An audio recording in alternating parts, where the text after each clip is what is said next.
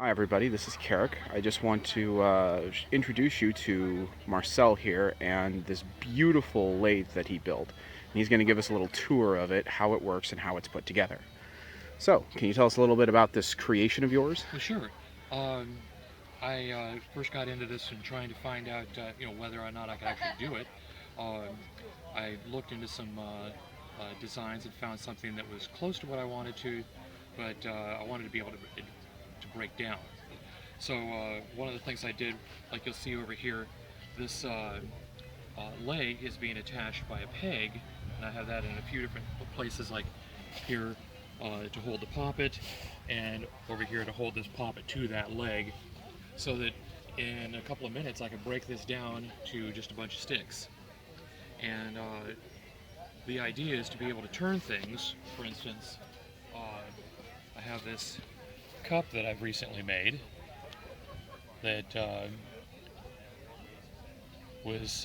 glued up some pieces of cherry and walnut together and then turned it. And what that the turning does is allow you to make something that's completely concentric. The concept is pretty simple. You're just trying to spin something, and to do that, you have the treadle down here. It's attached to a rope. When you step down is when you apply a tool to the piece that's being cut. When you release the treadle, you'll see there's a bow up here at the top. The bow is used for a spring to return the treadle to its original position. And what that allows you to do is, when you start spinning it, again, is just cutting when you're stepping down.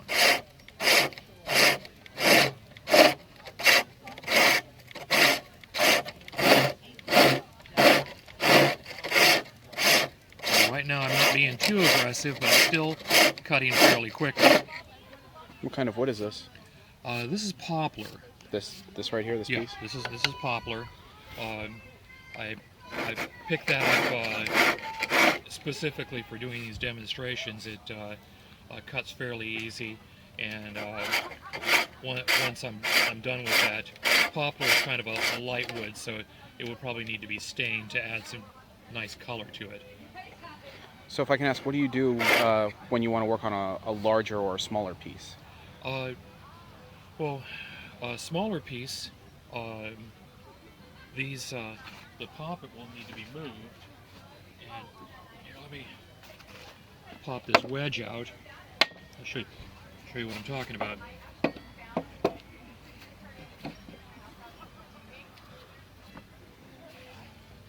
So let's see, I have this little piece of wood that I've already punched some centers on. The way that I've done this is with this tool here. It's got a little screw on the end. I drew out the center that I wanted, and then you just put that in there and gouge out a little piece of wood to give you the hole. Did the same thing on the other end. Okay. Then this one's a little rough. I normally try and make it a little rounder before I put it on the lathe. And then this will go onto that center, and I would bring up this center to meet it. Now, I need to back off this just a bit because... Can I ask what that is? What is this thing? Okay, this is the rest, the Okay. tool rest. So now I can bring the piece up, and then I can tighten up the tool rest. Trying to be careful not to get it too close to the piece of wood, otherwise it'll bind up. Oops, sorry. Okay. That's period, people. Things just fly all over the place. Okay, so yeah, it's one of the things you got to watch out for because it does have a spring on it. Now we got to put that wedge back in, right? Put the wedge back in.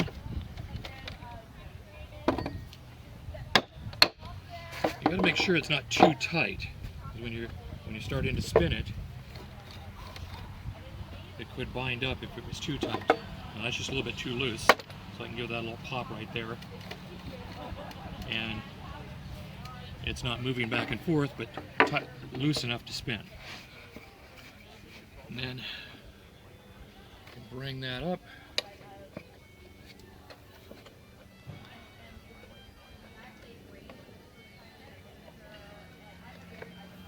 Tighten up the rest. And now when it's this coarse, you've got to be careful that you're not catching too much of the wood. But you can still trim away at it. Oh, wait a minute. Got to adjust that again.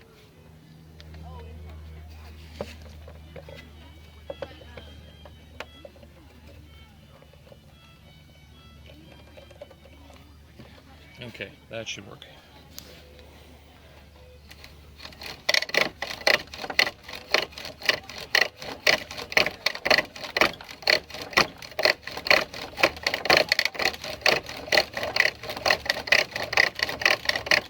And after a few seconds,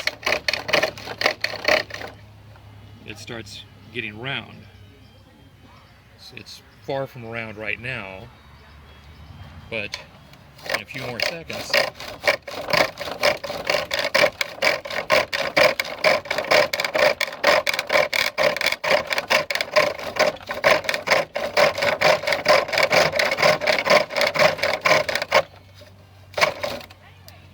we go. It's getting pretty close.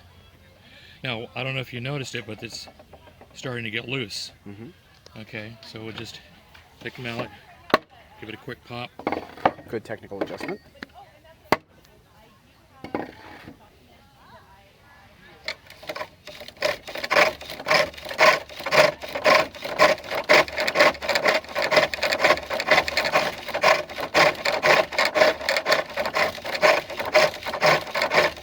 Now this is called a bow lathe?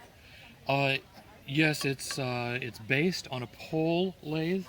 The pole would have been a large branch or a tree that you would attach this string to instead of the bow, and that would have been traditionally what a bodger would use to make things like table legs and chair legs. As an example, the Windsor chair was made from green wood, and it was all hammered together as it was green. They didn't use any kind of fasteners, and as the green wood dried, all the points where it was pressed into holes would constrict around the tops of the legs and would hold everything together. In fact, some of those chairs, over 400 years old now, are still functional because they were put together as green wood. Wow, that's pretty impressive.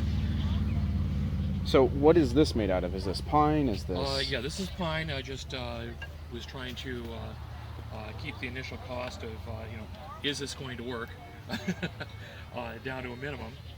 So I went down to the local big box store and picked up a bunch of, in fact, some of this pine is out of their cull lumber section where they're practically trying to give it away, and cut and trimmed until I got everything to fit and got it functional. About how many hours do you have into its construction? The initial construction may have taken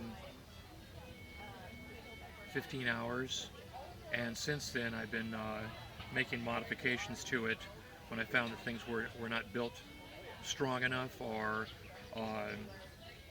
were not lining up the way I expected. I had to redo the construction of that part of it. With all the modifications, I probably have another 30 or 40 hours into it. If I had started from a set of plans, probably would have been quite a bit less. But if you were to rebuild this, how long do you think it would take you? Maybe 5 hours. Wow. Well, thank you for taking us on a tour of your lathe here, and we wish you all the luck. You're welcome, and thank you for asking.